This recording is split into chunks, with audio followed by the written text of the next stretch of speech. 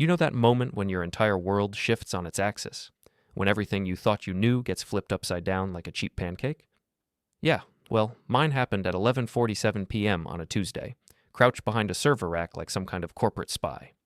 I'm Mike Thompson, Senior IT Manager at Nexus Tech, married to Laura for 8 years, father to 11-year-old Liam, or at least I was all those things until that night when I overheard my wife's phone conversation that would make a sailor blush. Ben, don't worry about Mike. He's so clueless it's almost cute. Laura's voice drifted through the empty office hallway, like a puppy that doesn't know it's about to be put down. Cute?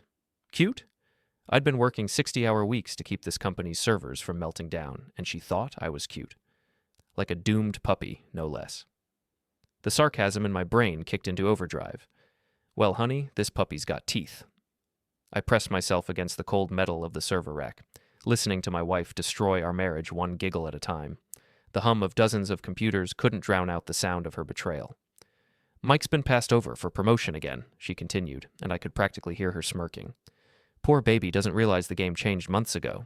Ben, you're so much smarter than him. So much everything. Ben Kowalski, the golden boy who'd waltzed into our company 6 months ago with his Harvard MBA and his $1,000 suits. The guy who'd been asking me for help with basic network protocols just last week. The same Ben who'd been coming to our house for barbecues, playing catch with my son, eating my food. My hands clenched into fists as Laura's voice dropped to a whisper that somehow felt louder than a scream. Tomorrow's board meeting will seal it. Mike's getting demoted, you're getting his position, and we can finally stop pretending. The server room suddenly felt like a furnace. 8 years of marriage. 8 years of thinking we were building something together. 8 years of being the reliable husband, the steady provider, the guy who fixed everyone's problems but apparently couldn't see his own life falling apart. Sasha thinks we should wait a little longer before making it official, Laura said, mentioning her best friend. But honestly, I'm tired of sneaking around. Mike's such a pushover. He'll probably just roll over and accept whatever we tell him. Pushover. Pushover. Lady, you're about to discover that this pushover has been taking boxing classes at Murphy's gym for the past 2 years. Not that I'd ever hit a woman, but the mental image of wiping that smug expression off Ben's face was suddenly very appealing. I crept closer to the hallway, phone in hand, recording every venomous word. Laura was standing by the floor-to-ceiling windows, city lights casting shadows across her face. In the dim light, she looked like a stranger. Maybe she always had been. The best part, she continued, Mike's so trusting. He actually helped Ben with the Peterson account last month. Basically handed him the promotion on a silver platter. It's almost too easy. My jaw clenched so hard I thought my teeth might crack. The Peterson account. 3 months of 18-hour days, weekends sacrificed, family dinners missed. I'd solved their entire network infrastructure problem, and Ben had swooped in for the presentation because I'd been stuck dealing with a server crash. I know, baby. Mike's always been more of a behind-the-scenes guy anyway. He'll be happier in a smaller role, don't you think? Less stress, more time for his little computer games. Computer games? I was preventing cyber attacks and managing million-dollar systems, not playing solitaire. But sure, Laura, reduce my career to little computer games. The contempt in her voice was like acid. I'd heard enough. More than enough. As I backed away from the hallway, my elbow knocked against a loose cable, sending it swinging against the metal rack with a soft clang. Laura's conversation stopped abruptly. What was that? She whispered into the phone. I held my breath, pressing myself deeper into the shadows between 2 massive servers. The cooling fans whirred around me like mechanical insects, and I could smell the ozone and heated metal that had become as familiar as my own cologne. Probably just the building settling, Laura said after a moment. These old offices make all kinds of noise. Old offices? This building was barely 5 years old, but I guess when you're planning to stab your husband in the back, everything looks decrepit. She resumed her conversation, but I'd stopped listening. My mind was racing, calculating, planning. 8 years of marriage, and she thought I was a pushover? 8 years of fixing her computer problems, managing our finances, being the responsible adult while she climbed the corporate ladder using my work as stepping stones. The sarcastic voice in my head was having a field day. Congratulations, Mike. You've just graduated from devoted husband to revenge-seeking villain. How's it feel? Pretty damn good, actually. I made my way back to my office, mind spinning with possibilities. The recording on my phone was just the beginning. If Laura and Ben wanted to play games, they were about to discover that I'd been holding back my best moves. My computer screen cast a blue glow across my desk as I sat down and began typing. Time to do what I did best: dig into systems, find information, and solve problems. The only difference was that this time, the problem was my cheating wife and her ambitious boyfriend. The clock on my screen read 12:23 a.m. In less than 8 hours, that board meeting would determine my professional fate. But Laura and Ben had no idea that their personal fate was now in my hands. I cracked my knuckles and got to work. The next morning arrived like a hangover, inevitable and painful. I'd managed maybe 2 hours of sleep, spending the rest of the night diving deep into company records, email servers, and security footage. Amazing what you can access when you're the guy who built half the systems. Laura was already gone when I stumbled to the kitchen, leaving behind her usual mess of coffee grounds and toast crumbs. A sticky note on the refrigerator read, "Mike, working late again tonight, don't wait up. L, working late." Right. I wondered if Ben charged overtime for his extra duties. Liam was at the breakfast table, methodically eating cereal while scrolling through his tablet. At 11, he was already showing signs of inheriting my tech-savvy genes, though hopefully not my talent for trusting the wrong people. "Dad, you look terrible," he said without looking up from his screen. "Thanks, buddy. Really what every man wants to hear before his big day at work." Mom left early again. She's been doing that a lot lately. Smart kid. Too smart. I ruffled his hair, trying to project normalcy while my world crumbled around me. "She's just busy with an important project." Is that why she's been so mean lately? Mean? I paused, coffee mug halfway to my lips. "What do you mean, mean?" Liam shrugged, still not meeting my eyes. "She yells at you more. And yesterday, when I asked her to help with my science project, she said she was too busy for kid stuff." Kid stuff. Our son's education was kid stuff, but sneaking around with Ben was apparently adult business. I felt another piece of my heart calcify into something harder and colder. "Don't worry about Mom, okay? Just focus on school and being awesome." That earned me a small smile. "Can you help with my science project instead?" "Absolutely. What's the topic?" "Cause and effect." I nearly choked on my coffee. "Cause and effect, huh? That's very appropriate." The drive to work felt like traveling to my own execution. Every red light was a countdown, every mile marker a step closer to professional humiliation. But as I pulled into the Nexus Tech parking garage, I felt something unexpected. Excitement. For 8 years, I'd been the good guy, the reliable one, the fix-it man who solved everyone else's problems while ignoring his own. But good guys finish last, don't they? They get their work stolen, their wives seduced, and their lives destroyed by people who smile to their faces while sharpening knives for their backs. Time to try being the bad guy for a change. The office buzzed with typical Wednesday morning energy. Coworkers clutched coffee cups like lifelines, muttering about timelines and meetings. I nodded and smiled at the usual suspects, playing my role as reliable Mike one last time. Ben was already at his desk, looking fresh and confident in a navy suit that probably cost more than my monthly mortgage payment. He caught my eye and waved cheerfully. "Mike, just the man I wanted to see. Great work on the Morrison backup system. Really saved our bacon there." Saved our bacon.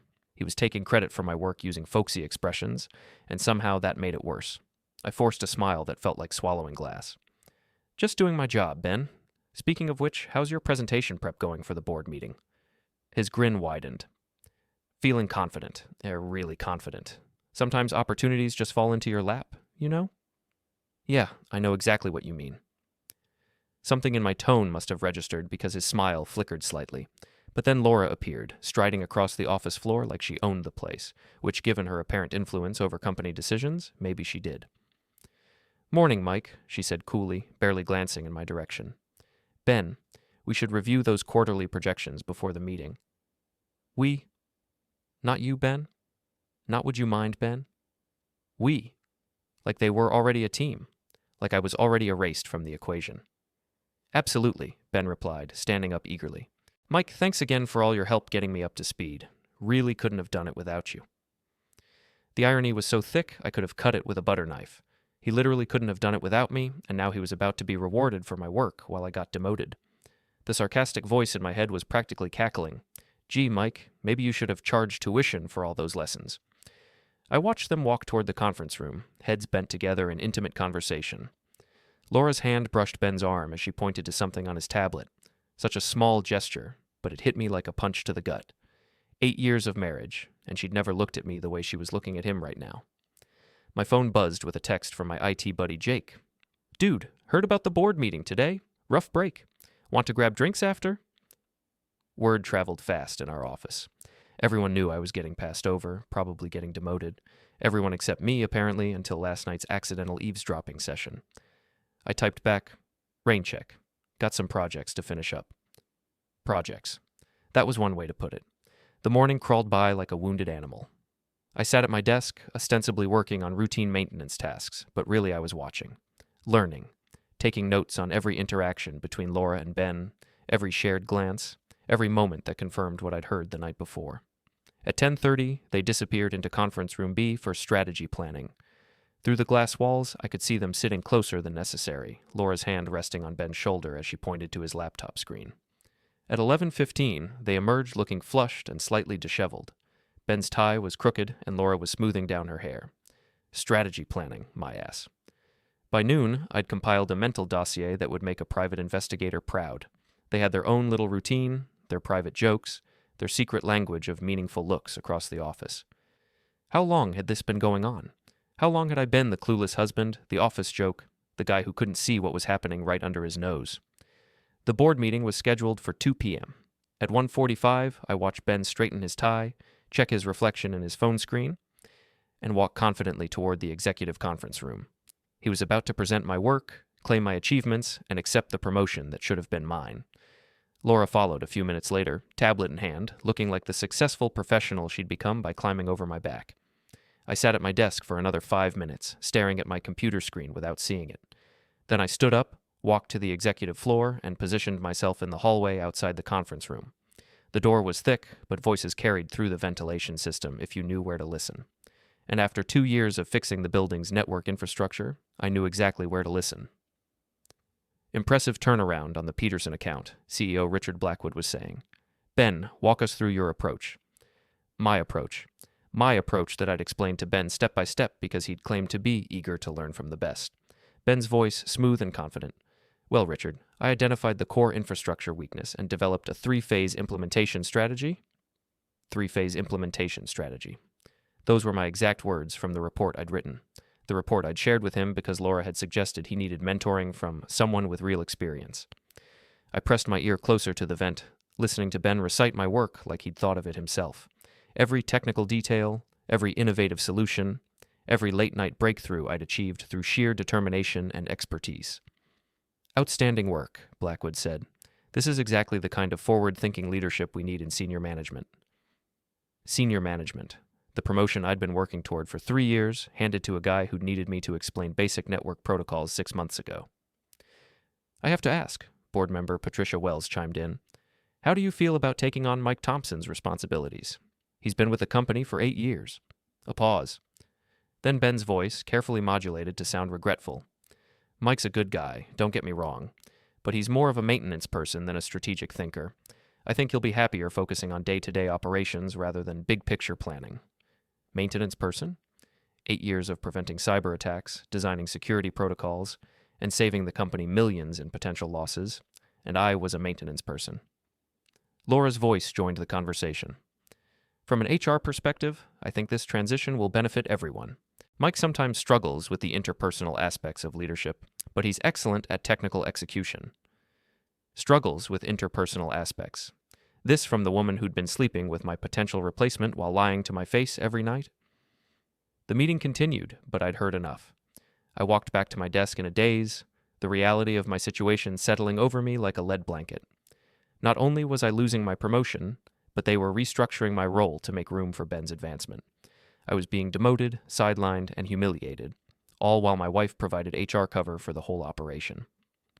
At 3:30, Ben emerged from the conference room looking like he'd won the lottery. Laura followed, trying to look professional but failing to hide her satisfied smile. The official announcement came via email at 4 p.m. We're pleased to announce that Ben Kowalski has been promoted to Senior IT Director, effective immediately. Ben will be taking over strategic technology initiatives and team leadership responsibilities. Mike Thompson will be transitioning to a specialized technical role focusing on system maintenance and support. Please join us in congratulating Ben on his well-deserved advancement. Well-deserved. Based on my work, enabled by my wife, celebrated by people who had no idea what was really happening. I stared at the email for a long moment, then slowly began to smile. Not a happy smile, something colder, more calculating. The kind of smile that would have made Laura nervous if she'd been paying attention to her husband instead of her boyfriend. But she wasn't paying attention. Neither was Ben. They thought they'd won, thought they'd outmaneuvered the clueless husband who was too dumb to see what was happening. They were about to learn that underestimating Mike Thompson was the biggest mistake of their lives. The next few days passed in a blur of forced normalcy and seething rage. I showed up to work, performed my newly diminished duties, and watched Ben settle into what should have been my office like a king claiming his throne. Laura had been working even later, coming home after Liam's bedtime with increasingly creative excuses. Budget reviews, policy updates, team-building exercises. I nodded and smiled and played the understanding husband while documenting every lie. The worst part wasn't the betrayal itself. It was how easy they thought it was. How little they respected me as an opponent. Ben actually asked me to help him understand the Morrison account on Thursday, the same account he'd claimed credit for in the board meeting. The audacity was breathtaking. "Mike, you're such a lifesaver," he said, leaning against my desk like we were old buddies. "I know this transition might be awkward, but I really value your expertise." Value my expertise, right up until it was time to put his name on my work. "No problem, Ben. Always happy to help a colleague succeed." The word colleague came out sharper than intended, but Ben didn't seem to notice. He was too busy basking in his newfound authority to pay attention to the man he'd stepped on to get there. By Friday, I'd reached my breaking point. Not the explosive, dramatic kind of breaking point you see in movies. This was quieter, colder, like ice forming over a deep lake, still on the surface, but with dangerous currents underneath. The company happy hour at Murphy's Tavern was supposed to be a celebration of Ben's promotion, the same Murphy's where I'd been taking boxing lessons for 2 years, learning to channel my frustrations into something productive. The irony wasn't lost on me. I almost didn't go. Sitting at home, watching Liam play video games while Laura texted constantly with someone who definitely wasn't me, the idea of celebrating my own humiliation seemed masochistic. But then I realized this might be my opportunity to see them together in public, to understand exactly what I was dealing with. Murphy's was packed with Nexus Tech employees, all nursing drinks and gossiping about office politics. I ordered a beer and found a corner table where I could observe without being obvious. Ben was holding court near the bar, regaling a group of junior developers with war stories about accounts he'd never actually worked on. Laura stood beside him, laughing at his jokes, her hand resting possessively on his arm. "Mike, there you are." Jake appeared at my table, already 3 beers in based on his flushed face. "Man, what a week, huh? Can't believe they gave your promotion to the new guy." "Life's full of surprises," I replied, taking a long sip of my beer. "Still, it's got to sting, especially with Laura being so involved in the decision." Jake lowered his voice conspiratorially. "People are talking, about how close she and Ben have gotten." People were talking, of course they were. My professional and personal humiliation was now office gossip, entertainment for people with nothing better to discuss. What people always talk, Jake. Doesn't mean it means anything. But even as I said it, I watched Laura whisper something in Ben's ear that made him laugh and pull her closer. In public, at a company event. They weren't even trying to hide it anymore. "You're a better man than me," Jake said, shaking his head. "If my wife was carrying on like that." "Like what?" The question came out harder than I intended. Jake looked uncomfortable. "Nothing, man. Forget I said anything. Want another beer?" I was about to decline when Ben's voice cut through the bar noise. "Mike, come over here, buddy. We were just talking about the Peterson account." Buddy. We were buddies now. I stood up slowly, feeling every eye in the place watching me walk over to the group that had formed around my replacement. "Ben was just telling us about his innovative approach to network security," said Maria from accounting, clearly impressed. "So creative." Creative. My 3-phase security protocol that I'd developed over 6 months of research was creative when Ben explained it. "Yeah," I said, my voice carefully neutral. "Ben's got some really interesting ideas. Don't you, Ben?" Something in my tone must have registered because Ben's smile flickered slightly. But Laura stepped in smoothly, ever the HR professional managing a potentially awkward situation. "Mike's being modest. He's been such a great mentor to Ben. Really helped him get up to speed on our systems." Mentor. Like I was some old-timer passing wisdom to the next generation, instead of a man whose work had been stolen and whose wife had been seduced. "That's what teamwork is all about," Ben said, raising his beer in a mock toast. "To Mike, for all his behind-the-scenes support. Couldn't have done it without you, buddy." Behind-the-scenes support. For work I'd actually done. The group raised their glasses, and I found myself in the surreal position of being toasted for helping my replacement steal my job. I raised my beer slowly, and when I spoke, my voice was loud enough to carry across the immediate area. To Ben, who certainly climbed higher in 6 months than most people do in years. Really impressive how quickly you've risen to the occasion. The words hung in the air for a moment. A few people laughed uncertainly, not sure if they'd missed a joke. Laura's eyes narrowed slightly, but Ben just grinned wider. Thanks, Mike. I've always been a fast learner, especially when I have good guidance. The way he said guidance while glancing at Laura made my vision blur red around the edges. But I kept smiling, kept playing the good sport, even as my free hand clenched into a fist at my side. Well, I continued, my voice getting louder, here's to Ben, who's proven that hard work isn't everything. Sometimes it's about who you know, or who you're mentoring with.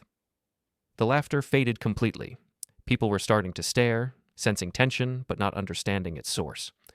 Laura stepped closer to Ben, her body language protective and possessive. Mike, she said quietly, maybe you should... Should what, Laura? Should congratulate my replacement. Should celebrate the promotion that went to someone who needed me to explain basic network protocols 6 months ago. My voice was rising, the careful control I'd maintained all week finally cracking. Should I toast the guy who's been learning so much from my wife's extensive guidance? The bar had gone quiet around us. Even the music seemed muted. Ben's face had gone pale, but he was trying to maintain his composure. Mike, I think you've had enough to drink, he said, attempting to sound reasonable and concerned. Have I? Because I feel like I'm just starting to see clearly for the first time in months. I stepped closer, close enough to smell his expensive cologne, close enough to see the fear creeping into his eyes. Tell me, Ben, when you were getting all that mentoring from my wife, did she mention that she's married? Did that come up during your late-night strategy sessions? Mike! Laura's voice was sharp, embarrassed, angry. Stop it. You're making a scene. I'm making a scene? I laughed, and it came out bitter and harsh. Lady, I haven't even started making a scene. You want to see a scene? Let me tell you about the scene I accidentally witnessed Tuesday night when you thought I was too stupid to figure out what was happening. Ben tried to step between us, his hands raised peacefully. Look, Mike, I think there's been a misunderstanding. That's when I snapped. 8 years of marriage, 8 years of trust, 8 years of believing I was building something with someone who'd been planning to replace me all along. The betrayal, the lies, the casual dismissal of everything I'd worked for, it all crystallized into pure rage. I didn't plan to hit him. The boxing lessons had taught me control, discipline, the importance of channeling aggression productively. But when Ben reached out to pat my shoulder in that condescending way, muscle memory took over. The punch caught him square in the jaw, a perfect right cross that sent him stumbling backward into a high-top table. Glasses crashed to the floor, beer splashing across his expensive suit. The sound echoed through the suddenly silent bar like a gunshot. For a moment, nobody moved. Ben sat on the floor, hand pressed to his face, looking stunned. Laura was staring at me like she'd never seen me before. The crowd of coworkers formed a circle around us, phones already out, recording what would undoubtedly become the most viral video in Nexus Tech history. Then Ben struggled to his feet, his own anger finally showing through the polished facade. You crazy bastard, you can't just... He lunged at me, but 2 years of boxing training versus 0 years of actual fighting wasn't much of a contest. I sidestepped easily, letting his momentum carry him past me into another table. More glasses shattered, more drinks spilled, more people backed away from the escalating chaos. Security, someone shouted. Call security. But Murphy's wasn't the kind of place that had security. It was the kind of place where fights got broken up by other patrons, and everyone pretended nothing happened the next day. Unfortunately, this wasn't going to be one of those fights. Laura grabbed my arm, her grip surprisingly strong. Mike, stop! You're ruining everything! I looked down at her, this woman I'd loved for 8 years, who'd been systematically destroying my life while I trusted her completely. I'm ruining everything? Laura, I'm not the one who's been screwing my coworker while planning my husband's professional execution. The words hit her like a slap. She let go of my arm, stepping back with something that might have been shame flickering across her face. But it was gone quickly, replaced by cold anger. You don't know what you're talking about, she said, but her voice lacked conviction. Don't I? Tuesday night, 11:47 p.m., you were on the phone with Ben discussing how clueless I was about your affair and his promotion. Should I quote you directly, or would you prefer to keep pretending I'm too stupid to figure it out? Around us, the crowd was getting restless, people pulling out phones, recording everything. This was going to be all over social media within the hour. Ben had recovered enough to stand up straight, though his jaw was already swelling. You recorded us? That's illegal. Actually, it's not. One-party consent state, Ben. Maybe you should have paid more attention during company legal training instead of focusing on other educational opportunities. Two of Murphy's regular patrons, both built like retired linebackers, were moving toward us with the purposeful stride of men who'd broken up plenty of bar fights. Time to make my exit. I looked around the circle of faces. Coworkers, acquaintances, people I'd worked with for years. They were all staring at me like I'd grown a second head. Reliable Mike, steady Mike, pushover Mike had just punched his replacement and publicly accused his wife of adultery. Enjoy the rest of your celebration, I said, straightening my shirt. Ben, congratulations on the promotion. I'm sure you'll do great things with all that mentorship you've received. I walked toward the door, the crowd parting in front of me like I was radioactive. Behind me, I could hear Laura's voice, high and strained, trying to do damage control. He's been under a lot of stress lately. The demotion hit him really hard. The cool evening air hit my face as I stepped outside, and for the first time in days, I felt like I could breathe. My knuckles ached, my career was probably over, and my marriage was definitely finished. But for the first time since Tuesday night, I felt like myself again. The sarcastic voice in my head was practically gleeful. Well, Mike, you wanted to try being the bad guy? How's it working out so far? I flexed my bruised knuckles and smiled. Just getting started. The video hit social media before I even made it home. Jake texted me the YouTube link at 9:47 p.m. with the message, "Dude, you're famous. 50,000 views already." The title read, "IT Manager Destroys Cheating Wife and Boss at Company Party." Someone had edited it with dramatic music and slow-motion replays of Ben hitting the floor. The comments section was a mix of support, "Get him, Mike," and criticism, "Toxic masculinity much?" By morning, it had 500,000 views. Laura didn't come home that night. I sat in our living room until 2 a.m., waiting for her to walk through the door so we could have the conversation that was 8 years overdue. But she never showed. Probably consoling Ben, I figured, making sure his jaw wasn't broken and his ego wasn't too bruised. Liam found me asleep on the couch Saturday morning, still wearing yesterday's clothes, my phone buzzing with missed calls and text messages. "Dad? Are you okay? Mom didn't come home last night." I sat up slowly, my neck stiff from sleeping at an awkward angle. "I'm fine, buddy. Mom had to work late. She's staying at Aunt Sasha's." It wasn't technically a lie. Laura probably was at Sasha's, since her best friend had been mysteriously involved in their text conversations, but I doubted much sleeping was happening. "Can we work on my science project today? The cause and effect thing?" Cause and effect. The universe had a twisted sense of humor. "Absolutely. What did you have in mind?" "I want to show how one small action can create big changes, like dominoes falling over." I looked at my son, really looked at him, and saw intelligence that reminded me of myself at that age. Curious, analytical, eager to understand how things worked. He had no idea that his parents' marriage was collapsing, that his father had become a viral sensation for all the wrong reasons, that everything stable in his world was about to change. "Dominoes are perfect," I said. "Sometimes one little push can bring down a whole structure." We spent the morning setting up elaborate domino patterns on the living room floor. Liam was meticulous, adjusting each piece until the spacing was perfect. I watched him work and wondered what kind of man he'd become, whether he'd inherit my trusting nature or learn earlier than I had that people weren't always what they seemed. At noon, my phone rang. Laura's name appeared on the screen, and for a moment, I considered not answering, but we had to deal with this eventually. "Hello, Laura." "Mike." Her voice was cold, professional, the voice she used with difficult employees. "We need to talk. I've been waiting for that conversation since Tuesday night. Where would you like to meet?" "Not at the house. Liam doesn't need to hear this." Protecting Liam. The first thing we'd agreed on in months. "Murphy's is probably out," I said dryly. "How about Riverside Park? The bench by the playground where we used to take Liam when he was little." A pause. Maybe she was remembering those Sunday afternoons when we'd been happy, when our biggest worry was whether Liam would eat his vegetables or take his nap on time. "Fine. 2:00. The line went silent. No goodbye, no see you then, just the cold click of disconnection. I spent the next hour helping Liam perfect his domino setup, then left him with my neighbor, Mrs. Patterson, while I drove to what felt like the final confrontation of my marriage. Laura was already there when I arrived, sitting on our old bench but somehow making it look unfamiliar. She wore jeans and a sweater instead of her usual business attire, but her posture was rigid, defensive. "How's Ben's jaw?" I asked, settling beside her but maintaining careful distance. "He'll be fine. No thanks to you." "Good. Wouldn't want to permanently damage the golden boy." She turned to face me fully, and I saw something in her expression I hadn't expected. Guilt. Not remorse exactly, but acknowledgement that she'd been caught. "How long have you known?" "Tuesday night, though apparently everyone else figured it out before I did." "It's not what you think." I laughed, harsh and bitter. "Laura, I recorded your phone conversation. I know exactly what it is."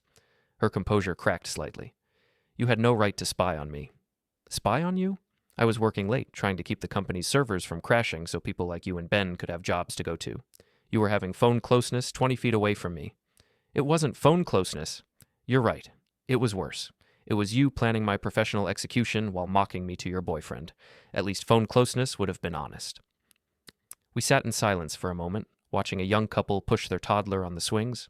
They looked happy, carefree, the way Laura and I used to look. The way I'd thought we still looked until this week. "When did it start?" I asked quietly. "Mike?" "When, Laura? I deserve to know how long I've been the clueless husband." She stared at her hands, twisted her wedding ring, a gesture that would have been ironic if it weren't so painful. 3 months ago, after the Morrison presentation. The Morrison presentation, the one where I'd solved their entire network crisis but couldn't attend the client meeting because of a server emergency. Ben had filled in, using my notes, and apparently caught more than just the client's attention. So while I was preventing a cyber attack that could have cost us millions, you were falling for my replacement. It wasn't planned. It just happened. Bullshit. The word came out sharper than I intended. Affairs don't just happen, Laura. They're choices. A series of choices to lie, to sneak around, to betray someone who trusted you completely. You don't understand the pressure I've been under. The company's been restructuring, my job was on the line, and Ben understands the corporate world in a way you never did. The corporate world? You mean the world where you steal other people's work and sleep your way to promotions? Her face flushed with anger. That's not fair. I've worked hard for everything I've achieved. Have you? Because from where I'm sitting, it looks like you've been using my work as stepping stones for your boyfriend's career while planning to throw me under the bus. Ben earned that promotion. With my strategies, my solutions, my late nights and weekend work. I was shouting now, drawing stares from other park visitors. I forced myself to lower my voice. He earned it the same way he earned you, by being in the right place when someone else did the heavy lifting. Laura stood up abruptly, pacing in front of the bench like a caged animal. You want to know the truth, Mike? The real truth? I've been begging for it. You've been checked out for years, going through the motions at work, coming home and burying yourself in computer projects, treating our marriage like another system to maintain instead of something that needed attention. The accusation hit like a physical blow. I was working, providing for our family, trying to build a future for us. You were hiding, using work as an excuse to avoid dealing with real life, real emotions, real relationships. When was the last time we went on a date? Or when was the last time you asked me about my day and actually listened to the answer? I opened my mouth to respond, then closed it, because she wasn't entirely wrong. I had been working more, staying late, finding reasons to avoid coming home to increasing tension and arguments I didn't understand. So you decided to replace me? I decided to find someone who saw me as more than a roommate who splits the mortgage. And Ben sees you that way? Ben sees me as a partner, an equal, someone worth fighting for. Is that what he was doing when he stole my work? Fighting for you? Laura's pacing stopped. He didn't steal anything. You shared that information freely because you wanted to mentor him. I shared it because my wife asked me to help her colleague, not knowing she was setting me up to be replaced by her boyfriend. Nobody set you up. You did this to yourself with your attitude, your assumption that you deserve things just because you'd been there longer. The conversation was spiraling into familiar territory. Blame, accusations, the kind of circular arguments that had been poisoning our marriage for months without me realizing it. What about Liam? I asked quietly. That stopped her cold. For the first time since I'd arrived, she looked genuinely uncertain. Liam will be fine. Kids are resilient. Are you planning to move in with Ben? Play house with my son and your boyfriend? It's not like that. What is it like, Laura? Because from my perspective, you've destroyed our marriage, ruined my career, and now you want to pretend it's all my fault for not being attentive enough. She sat back down, suddenly looking exhausted. I don't know what it's like, okay? I don't have all the answers. I just know that I can't keep pretending we're happy when we're not. We could have talked about it, gone to counseling, tried to fix whatever was broken. Could we? When was the last time you initiated a serious conversation about our relationship? Another hit that landed. I thought about it, really thought about it, and couldn't remember. I'd noticed the distance, the coldness, the way she'd been pulling away, but I'd assumed it was work stress, temporary difficulties that would resolve themselves. So instead of talking to me, you talk to Ben. Ben listens. Ben cares about what I think, what I want, what I'm afraid of. And I don't? When was the last time you asked? The question hung in the air between us like a challenge. I wanted to argue, to defend myself, to point out all the ways I'd been a good husband. But sitting there on the bench where we'd once been happy, I couldn't think of a single recent conversation where I'd asked Laura about her fears, her dreams, her feelings about anything more significant than dinner plans. That doesn't excuse the affair, I said finally. No, it doesn't, but it explains it. We sat in silence again, watching the young family pack up their picnic and head home. The father carried the toddler on his shoulders while the mother gathered toys, both of them laughing at something their child had said. They looked like we used to look, like I'd thought we still looked until this week shattered my illusions. What happens now? I asked. I don't know. I need time to figure things out. Time with Ben? Time to think about what I want, what's best for Liam, what's best for all of us. And me? What am I supposed to do while you're figuring things out with your boyfriend? You're supposed to grow up and stop acting like a victim. The words exploded out of her with surprising vehemence. You punched a man in public, Mike. You humiliated yourself and me and everyone who works with us. That video has been shared thousands of times. Do you have any idea what that's done to my reputation? Her reputation. Not our marriage, not our family, not the trust she'd shattered. Her reputation. Your reputation? I stood up slowly, feeling something cold and final settling in my chest. Laura, you've been having an affair with a subordinate while using your HR position to manipulate company decisions. Your reputation was shot long before I threw that punch. That's not how anyone else sees it. No? Because Jake told me people have been talking about you and Ben for weeks. The only person who didn't know was me, and that's because I trusted you completely. She looked away, unable to meet my eyes. I never meant for it to happen this way. How did you mean for it to happen? Were you planning to wait until after Ben got my promotion? String me along until you didn't need me anymore? I don't know. I wasn't planning any of this. But even as she said it, I could see the lie in her expression. Maybe she hadn't planned the affair, but she definitely planned my professional downfall. The late-night strategy sessions, the mentoring requests, the way she'd positioned Ben to take credit for my work, none of that was accidental. I think we're done here, I said quietly. Mike, wait. We still need to figure out custody, living arrangements, how to tell Liam. You should have thought about that before you decided to blow up our family. I walked away, leaving her sitting on the bench where we'd once planned our future together. As I reached my car, I could hear her calling my name, but I didn't turn around. There was nothing left to say, nothing left to save. The drive home was a blur of anger and grief and something else, a strange sense of relief. For months, I'd been trying to fix problems I didn't understand, working harder to compensate for distance I couldn't explain. Now I knew the truth, and while it hurt like hell, at least I could stop pretending everything was fine. Liam was waiting when I got home, his domino setup complete and ready for demonstration. Dad, come see. I made it so one small push creates this huge chain reaction. I knelt beside him, studying the intricate pattern he'd created. Hundreds of dominoes arranged in spirals and curves, positioned so that toppling the first one would eventually bring down the entire structure. It's perfect, buddy. Ready to see what happens? He nodded eagerly, then carefully pushed the first domino. We watched in fascination as the chain reaction spread across the living room floor, each falling piece triggering the next, building momentum until the entire elaborate structure collapsed in a cascade of clicking plastic. Wow, Liam breathed. One little push and everything changes. That's exactly right, I said, putting my arm around him. One little push and everything changes. As I helped him clean up the dominoes, I found myself thinking about chain reactions, about small actions that create massive consequences. Laura and Ben thought they'd won, thought they'd successfully maneuvered me out of the picture while covering their tracks. They had no idea that their own domino was about to fall. Monday morning arrived like Judgment Day. The Nexus Tech parking garage felt like walking into enemy territory, every familiar face now a potential witness to my humiliation. The video had reached 2 million views over the weekend, spawning reaction videos, memes, and think pieces about workplace toxicity. I'd spent Sunday preparing for war. While Laura stayed at Sasha's and Ben probably nursed his bruised jaw, I'd been busy. 8 years of building the company's IT infrastructure meant I had access to systems most people didn't even know existed. Email servers, security footage, personnel files, financial records, all perfectly legal for me to access as part of my job duties.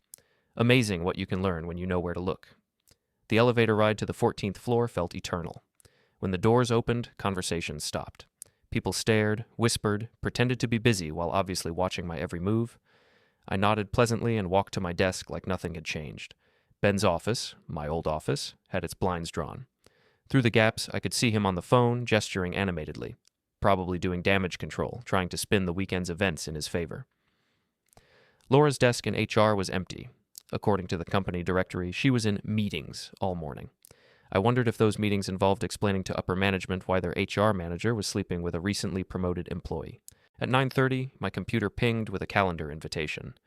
Disciplinary meeting, 10 a.m., conference room A, mandatory attendance. I smiled. Right on schedule. Conference room A was the big one, the glass-walled space where major decisions got made. CEO Richard Blackwood sat at the head of the table, flanked by Patricia Wells from the board and David Kumar from legal. Laura occupied a chair along the side wall, looking pale and professional. Ben was nowhere to be seen. "Mike, thank you for coming," Blackwood said as I entered. "Please, have a seat." I chose the chair directly across from Laura, forcing her to look at me throughout the meeting. She kept her eyes fixed on her tablet, but I could see the tension in her shoulders. "I assume this is about Friday night's incident," I said calmly. "Among other things," Kumar replied, opening a thick folder. "We've received multiple complaints about your behavior, both at the company event and in the workplace generally." "What kind of complaints?" "Harassment, intimidation, creating a hostile work environment," Blackwood rattled off. "Ben Kowalski has filed a formal complaint alleging that you've been undermining his authority and making threats." I almost laughed. "Threats? When did I threaten Ben?" "According to his statement, you've made several comments about his qualifications and his relationship with other employees." "You mean his relationship with my wife?" The temperature in the room seemed to drop 10 degrees. Laura's head snapped up, her eyes wide with panic. "Mike," she said quickly, "that's completely inappropriate." "Is it? Because I think what's inappropriate is an HR manager having an affair with a recently promoted employee while using her position to influence company decisions." Kumar leaned forward. "Those are serious accusations, Mike. Do you have any evidence to support them?" I reached into my briefcase and pulled out a thick manila folder. "As a matter of fact, I do." The next 20 minutes were the most satisfying of my professional life. I laid out everything I'd discovered. Email exchanges between Laura and Ben discussing company strategy and my limitations, security footage of them in compromising positions in conference room B after hours, financial records showing Ben's rapid salary increases coinciding with his relationship with Laura. "This is highly irregular," Wells said, flipping through the documentation. "Laura, were you involved in Ben's promotion decision?" "I provided HR input, as is standard procedure." "Did you disclose your personal relationship with Mr. Kowalski during that process?" Laura's silence was answer enough. Blackwood's face had gone from annoyed to furious. "David, what are the legal implications here?" "Significant," Kumar replied grimly. "Conflict of interest, potential harassment claims, violation of company ethics policies. If this becomes public..." "It already is public," I said helpfully. "The video from Friday night has been shared across every social media platform. People are asking questions about why I was so angry, what led to the confrontation. It's only a matter of time before someone connects the dots." I wasn't bluffing. The comments on the viral video had already started speculating about workplace affairs and corporate favoritism. A few more strategic leaks, and the whole story would explode across business news sites. "What do you want, Mike?" Blackwood asked bluntly. "I want my job back. I want Ben's promotion reviewed by an independent committee, and I want a formal investigation into HR practices that allowed this situation to develop." "That's not going to happen," Laura said, finally finding her voice. "You assaulted a coworker. You can't just..." "Actually, I can." I pulled out another document. "Witness statements from Friday night indicate that Ben initiated physical contact first. My response could be considered self-defense." It was a stretch, but the security footage from Murphy's was grainy enough to support multiple interpretations. More importantly, the company couldn't afford a prolonged legal battle that would keep the scandal in the headlines. Kumar whispered something to Blackwood, who nodded grimly. Here's what's going to happen, the CEO said. Laura, you're suspended pending a full investigation. Ben's promotion is under review. Mike, you're reinstated to your previous position on a probationary basis. That's not enough, I said calmly. Excuse me? I want Ben transferred to a different department, reporting to someone other than me. I want Laura removed from any decisions involving IT personnel. And I want a public statement acknowledging that my work on the Peterson and Morrison accounts was improperly attributed. The room fell silent. Laura was staring at me like I'd grown a second head, probably wondering when her reliable, pushover husband had learned to negotiate like a corporate shark. You're in no position to make demands, Wells said. I smiled and pulled out my phone. Actually, I am. See, I've been documenting everything for months. Every stolen idea, every manipulated decision, every ethics violation. I have enough material here to keep employment lawyers busy for years. I swiped through screenshots of emails, recorded conversations, time-stamped security footage. The question is whether Nexus Tech wants to handle this internally or read about it in the Wall Street Journal. Blackwood's jaw tightened. You're blackmailing us. I'm negotiating. There's a difference. Another whispered conference between Kumar and Blackwood. Laura sat frozen, probably calculating how badly this would damage her career. She'd climbed the corporate ladder by playing politics and managing relationships, but she'd never dealt with someone who had nothing left to lose. Fine, Blackwood said finally. Ben gets transferred to marketing, reporting to Jennifer Walsh. Laura's suspension continues pending investigation. You get your old job back, but any future incidents will result in immediate termination. And the public acknowledgement of my work? We'll issue a clarification about project attributions. It wasn't everything I'd wanted, but it was enough. Ben would be humiliated, Laura would be sidelined, and I'd be back where I belonged. Most importantly, everyone would know that Mike Thompson wasn't the pushover they'd thought he was. One more thing, I said as the meeting broke up. I want Sasha Brennan investigated as well. Laura went white. Why would you? Because she's been involved in this from the beginning. Check her approval signatures on Ben's paperwork, her access to confidential personnel files, her communications with both of you. I think you'll find some interesting patterns. It was a calculated guess based on Sasha's unusual presence in Laura and Ben's text exchanges, but the look of pure panic on Laura's face confirmed I was right. Her best friend hadn't just been providing emotional support, she'd been actively helping orchestrate my downfall. As everyone filed out of the conference room, Laura lingered behind. Mike, please. This is going to destroy my career. Your career? I looked at her with genuine amazement. Laura, you destroyed our marriage, manipulated company decisions, and tried to have me professionally executed. Your career is the least of my concerns. What about Liam? If I lose my job... You should have thought about Liam before you decided to sleep with your subordinate. She flinched like I'd slapped her. I never meant for things to go this far. But you did mean for them to go somewhere. You made choices, Laura. Now you get to live with the consequences. I walked past her toward the door, then paused. Oh, and Laura? You might want to find a new place to stay. I'm changing the locks tonight. The rest of the day passed in a blur of vindication and reorganization. Ben cleaned out my old office with the efficiency of someone who knew his time was up. He avoided eye contact, spoke only when necessary, and was gone by 3 p.m. Word spread quickly through the office. People who'd been avoiding me since Friday suddenly wanted to chat, to hear my side of the story, to position themselves on the winning side of the office politics wars. Jake appeared at my desk around 4 p.m., grinning like he'd won the lottery. Dude, you're a legend. Nobody saw this coming. Sometimes the quiet ones are the most dangerous, I replied, enjoying the newfound respect in his voice. So what happens now? Think Laura will fight the suspension? I glanced toward the HR department, where Laura's desk remained empty. Laura's got bigger problems than a suspension. Wait until the investigation really gets started. Because I hadn't told them everything in that conference room.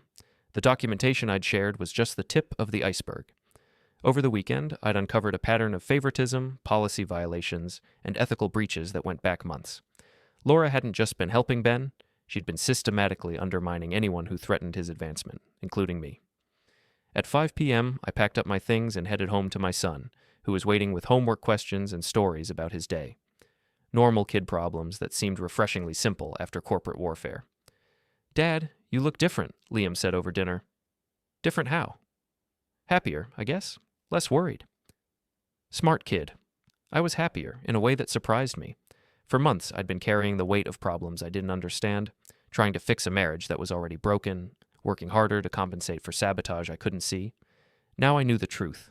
It hurt, but it also freed me to stop pretending everything was fine. Sometimes things have to get worse before they get better, I told him. Is that what happened with your science project at work? I smiled. Something like that. But I think we're through the worst part now.